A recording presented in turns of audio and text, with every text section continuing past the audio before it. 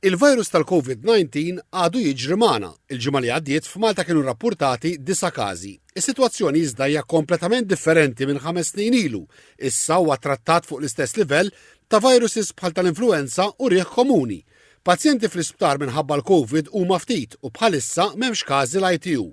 F'dan kollu, is-Supretendent tas-Saħħa Pubblika Charmaine Gauci tagħti ħafna pis lit-tilqima.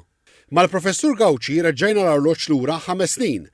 Marzu 2020 kien l-ewwel xahar sieħ tal-COVID-19 f'Malta. Testjat pożittiva għal COVID-19. Fis-7 tax-xahar konfermati l-ewwel każi lokalment. 4 tim wara ġiet iddikjarata pandemija.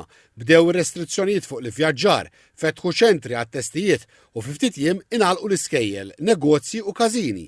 Ġew projbiti attivitajiet tal-massa, applikajna d-distanza soċjali u f'Mater Dei twaqfu l-operazzjonijiet mhux urġenti. Bħallum 5 snin iddaħħal l-ewwel pazjent bil-COVID fl-ITU.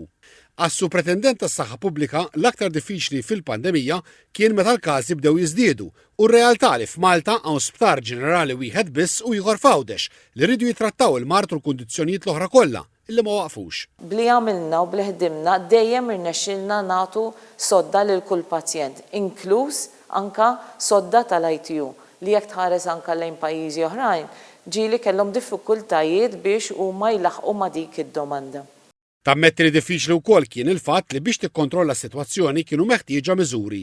Mill-banda l-oħra tistqar li taħħa ħafna sodisfazzjoni l-fiduċja li l-poplu kellu fl-awtoritajiet tas-saħħa biex jikkontrollaw is-sitwazzjoni.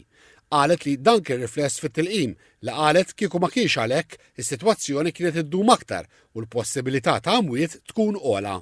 Aħna Malta konna wieħed mill-pajjiżi ta' fuq net kemm irnexxilna nevitaw imwiet kemm bil-miżuri li għamilna u kif ukoll bit-tilqim peress li frixnija ma' kulħadd. F'5 snin saru l-fuq minn 2,200,000 test. Fl-istess żmien il-każi konfermati f'Malta qabżu il-123,000. Mill-lat mediku l-esperjenza tal-COVID-19 ma kienitx wart użar għal kulħadd. F'Malta 904 ġew ċertifikati li mietu direttament minħabba l-virus.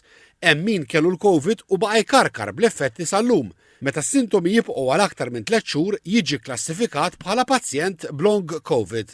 Wieħed mill-iktar sintomi li huwa komuni hija li jgħidlek jien bqajt inħossni ejjin. Kollok nies li jgħidulek jien naqta' nifsi. Qabel kont nitla' taraġġ mingħajr ma naqta' nifsi u issa ma rġajtx ġibt dak in-nifs lura. Kollok anke nies jgħidulek għandi dak il-brain fog. Dawn huma 3 sintomi l-iktar li huma komuni. Il-parir tal-Professur Gauci huwa biex dawn in-nies jitkellmu mat-tabib tal-familja jew fiċ-ċentri tas-saħħa.